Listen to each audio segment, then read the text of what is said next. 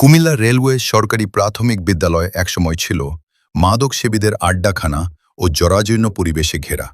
নোংরা পানি, অচল শৌচাগার ও জলাবদ্ধতার কারণে শিক্ষার্থীরা স্কুলে আসতে চাইত না। তবে এখন সেই স্কুলই রূপ নিয়েছে গোলাপি রঙের দৃষ্টিনন্দন শিশু পার্কে। বিদ্যালয় প্রাঙ্গণে বসানো হয়েছে দোলনা ও স্লিপার, ফুলের বাগান, লাল শাপলার লেক এবং মনোরম পরিবেশে শিক্ষার্থীদের আনন্দ এখন চোখে পড়ার মতো। স্থানীয় বাসিন্দা আব্দুল হালিম মজুমদার প্রায় ১৬ লাখ টাকা ব্যয়ে স্কুলটির সৌন্দর্য বর্ধন করেন। আমি গত এক বছরে আমি দেখেছি এখানে যে শিক্ষক যে টিম আছে অনেক ভালো মানের এবং ওনারা ভালোই পাঠদান করাচ্ছেন। এখানকার পরিবেশ উন্নয়নে আমি মনোনিবেশ করি।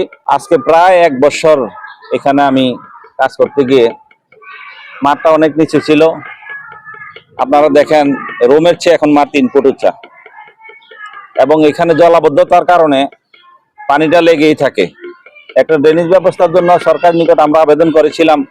আমাদেরকে আশ্বস্ত করা হয়েছিল যে একটা ড্রেনেজ ব্যবস্থা ওনারা করবে। বিদ্যালয় কর্তৃপক্ষ জানায়, সুন্দর পরিবেশের কারণে শিক্ষার্থীর সংখ্যা ২০০ থেকে বেড়ে প্রায় ৩০০ জনে দাঁড়িয়েছে। তবে এখন দেখা দিয়েছে ক্লাসরুম সংকট। অভিভাবক ও শিক্ষার্থীরা বলছেন, আগে যেখানে ছিল মাদকের আখড়া, এখন সেখানে শিশুদের হাসি আর আনন্দে মুখর পরিবেশ। আগে নোংরা ছিল, এখন পরিষ্কার আছে, সুন্দর আছে, ভালো লাগছে। আগে অনেক নোংরা ছিল, এখন অনেক সুন্দর লাগতেছে। স্কুলটা পার্কের মতো লাগতেছে, দোলনা আছে, স্লিপার আছে, দেখিয়েছো সুন্দর মজা করতে পারি, অনেক ভালো লাগে। অনেক সুন্দর করে সাজিয়েছে, অনেক ভালো লাগে। আমার 3টে বাচ্চা এখানে পড়ে। আগে থেকে মনে করেন অনেক পরিবেশটা ভালো সুন্দর হয়েছে।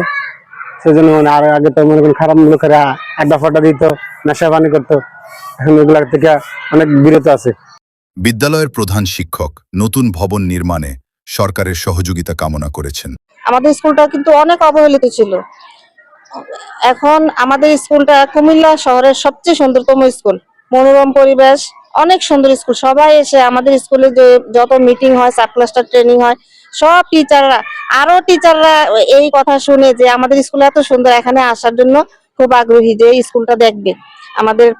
কিন্তু আমাদের শিক্ষা বান্ধব সরকারের কাছে একটাই দাবি, আমাদের আগেরও দাবি ছিল আমাদের স্কুলটা এখন হালিম সাহেবের উদ্যোগে অনেক সুন্দর হয়েছে, কিন্তু আমাদের ভবনের একটা ক্রাইসিস আছে।